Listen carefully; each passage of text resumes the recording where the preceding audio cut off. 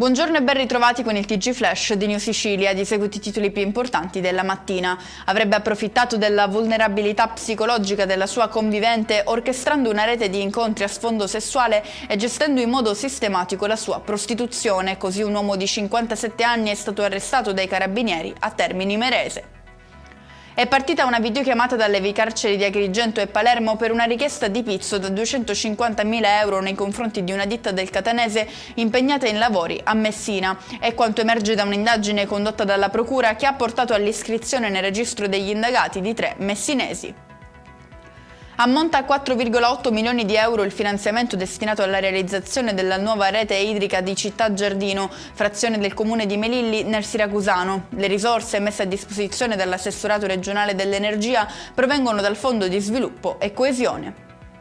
Addobbi da rifare in un'abitazione di Palermo dove un albero di Natale ha preso fuoco. Non ci sarebbe il Grinch dietro le fiamme, ma un cortocircuito. In ospedale 2 donne di 24 e 43 anni rimaste intossicate dal fumo.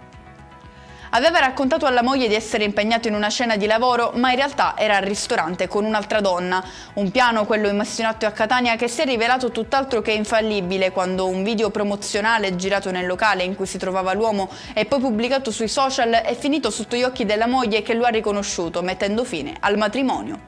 E con questo è tutto, prossimo appuntamento stasera alle 19:30. Grazie per averci seguito e buon proseguimento di giornata.